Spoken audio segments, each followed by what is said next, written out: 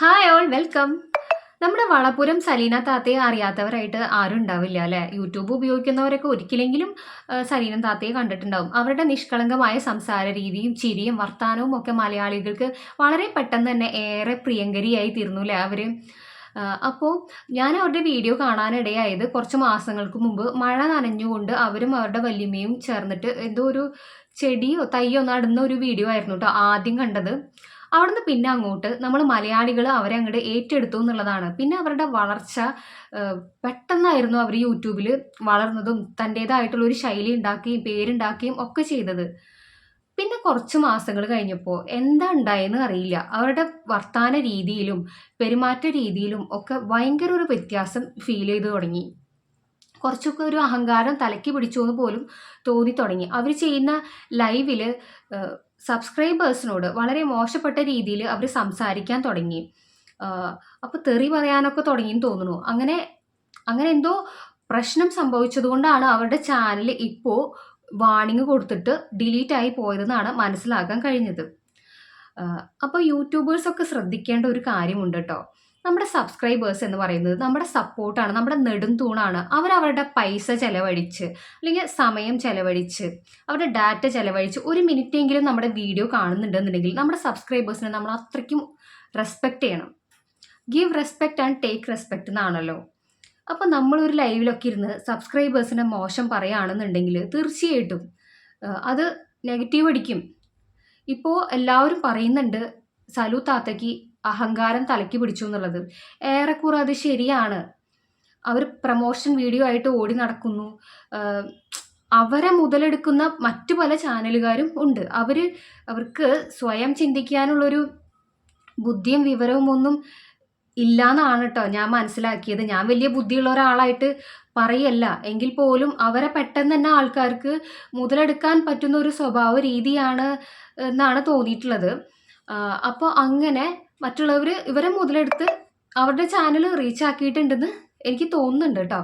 പിന്നെ ഇവർ ഏതോ ഒരു യൂട്യൂബർ മലപ്പുറത്തുള്ളത് തന്നെയാണ് ഇവരെ കാണാനായിട്ട് ഒരു അവസരം ചോദിച്ചപ്പോൾ, വീട്ടിൽ വന്ന് കണ്ടോട്ടെ എന്ന് ചോദിച്ചപ്പോൾ അവരുടെ കയ്യിൽ നിന്ന് 10,000 രൂപ അങ്ങോട്ട് ചോദിച്ചിട്ടുണ്ടായിരുന്നു. എന്നെ കാണാൻ വരികയാണെന്നുണ്ടെങ്കിൽ എനിക്ക് 10,000 രൂപ തരണം എന്നൊക്കെ പറഞ്ഞിട്ടുണ്ടായിരുന്നു.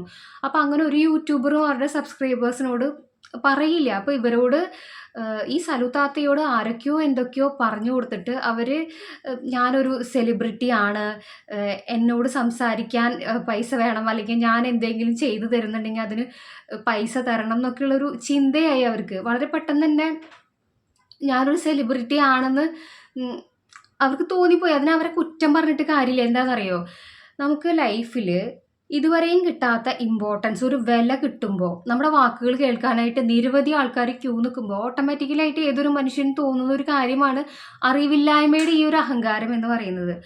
അറിവുള്ളവർ ചിലപ്പോൾ ഒരുപക്ഷെ ചിന്തിച്ച് ഇങ്ങനെയൊന്നും ആവാൻ പാടില്ല എന്ന് ചിന്തിച്ച് പെരുമാറുമായിരിക്കാം. പക്ഷേ ഈ ഇത്തയ്ക്ക് അങ്ങനെ ചിന്തിക്കാൻ ഒരുപക്ഷെ കഴിഞ്ഞിട്ടുണ്ടാവില്ല. ഞാൻ ഒരിക്കലും കുറ്റപ്പെടുത്തല്ല കേട്ടോ. അത് നിങ്ങൾ മനസ്സിലാക്കണം. ഞാൻ വലിയൊരാളായിട്ട് വന്നിരുന്ന് പ്രസംഗിക്കൊന്നുമല്ല. എനിക്ക് തോന്നിയിട്ടുള്ള ചില കാര്യങ്ങളാണ് എന്നെ കേൾക്കുന്ന സബ്സ്ക്രൈബേഴ്സിനോട് ഞാൻ പങ്കുവെക്കുന്നത് കേട്ടോ. അപ്പം ഞാൻ പറഞ്ഞു വന്നത് എന്താണെന്ന് വെച്ചിട്ടുണ്ടെങ്കിൽ, യൂട്യൂബ് എന്ന് പറയുന്നത് അത്ര എളുപ്പമുള്ള ഒരു കാര്യമൊന്നുമല്ല. ഒരുപാട് റൂൾസ് ആൻഡ് റെഗുലേഷൻസ് യൂട്യൂബിലുണ്ട്. അതൊക്കെ പാലിച്ചുകൊണ്ട് വേണം നമ്മളിതിൽ വീഡിയോ ഇടാനായിട്ട് അല്ലെങ്കിൽ ലൈവ് ചെയ്യാനൊക്കെ ആയിട്ട്. അതിന് യൂട്യൂബിൻ്റെ പോളിസിക്ക് എതിരെ എന്തെങ്കിലും പ്രവർത്തിക്കുകയാണെന്നുണ്ടെങ്കിൽ യൂട്യൂബ് വാണിംഗ് തരും. 3 വാണിംഗാണ് തരിക. അപ്പോൾ വാണിംഗ് തരുമ്പോൾ തന്നെ നമ്മൾ അതൊക്കെ ഒന്ന് ശ്രദ്ധിക്കണം. വെറുതെ ചെറപറ വീഡിയോസ് വാരി വലിച്ചിടുമ്പോൾ ഇടയ്ക്കെങ്കിലുമൊക്കെ നമ്മൾ യൂട്യൂബ് സ്റ്റുഡിയോയിൽ പോയിട്ട് ഇത്തരം കാര്യങ്ങളൊക്കെ ഒന്ന് ശ്രദ്ധിക്കണം. എല്ലാ യൂട്യൂബേഴ്സിനും ഈ ഒരു വിഷയം അല്ലെങ്കിൽ ഇങ്ങനെയൊക്കെ സംഭവിക്കും എന്നുള്ളത് ഒരു തിരിച്ചറിവാകുക. പിന്നെ നമ്മുടെ സലു താത്ത ഒരു പാവാണ്, ഒരു നിഷ്കളങ്ക സ്ത്രീയാണ്. അവർക്ക് വേറൊരു മാർഗ്ഗമില്ല ജീവിക്കാനായിട്ട്. അറിവില്ലായ്മ കൊണ്ട് അവർക്ക് സംഭവിച്ചൊരു കാര്യമാണ്. അവരുടെ വല്യമ്മ സംസാരിക്കുന്നത് കേട്ടു.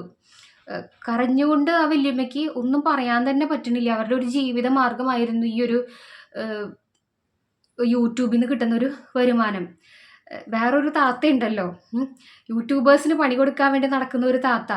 ആ താത്തയെ പോലെ ഒന്നല്ല കേട്ടോ ഈ സലു താത്ത. ഇവർക്ക് യൂട്യൂബിൽ ഇങ്ങനെ സംസാരിക്കുക പറയാന്നല്ലാണ്ട് മറ്റൊന്നും ചെയ്യാനായിട്ട് ഇവർക്ക് അറിയില്ല എന്നാണ് ഞാൻ മനസ്സിലാക്കിയത്. അപ്പോൾ നമുക്ക് അവരെ സപ്പോർട്ട് ചെയ്യാം. നമ്മളെല്ലാവരും ഓരോ ദിവസവും നമ്മുടെ ഒരു ബെറ്റർ വേർഷൻ ആക്കാൻ വേണ്ടിയിട്ടല്ലേ, നമ്മളിലെ തന്നെ ഒരു പുതിയ നന്മയുള്ളൊരു മനുഷ്യനെ വാർത്തെടുക്കാൻ വേണ്ടിയിട്ടാണല്ലോ നമ്മൾ ഓരോ ദിവസവും ശ്രമിച്ചുകൊണ്ടിരിക്കുന്നത്. അപ്പോൾ പൈസ കൊണ്ടായാലും മറ്റേതെങ്കിലും രീതിയിലൊന്നും ഇവരെ സഹായിക്കാൻ എല്ലാവർക്കും പറ്റിക്കൊള്ളണമെന്നില്ല. എനിക്കും പറ്റില്ല കേട്ടോ. അപ്പോൾ നമുക്ക് ചെയ്യാൻ പറ്റുന്ന ഒരു കാര്യമെന്ന് പറയുന്നത് ഒരു ലൈക്ക് ചെയ്യുക, ഒരു കമൻ്റ് ഇടുക, ഒരു സബ്സ്ക്രൈബ് ചെയ്യുക. ഇത്രയും കാര്യങ്ങളൊക്കെയാണ് നമുക്ക് ചെയ്യാൻ പറ്റുന്നത്. അപ്പോൾ ആ പാവങ്ങൾക്ക് വേണ്ടിയിട്ട് അത്രയെങ്കിലുമൊക്കെ നമുക്കൊന്ന് ചെയ്തു കൊടുക്കാനായിട്ട് ശ്രമിക്കാം. അപ്പോൾ വീഡിയോ കണ്ട എല്ലാ പ്രിയപ്പെട്ടവർക്കും ഒരുപാട് നന്ദി. Thank you.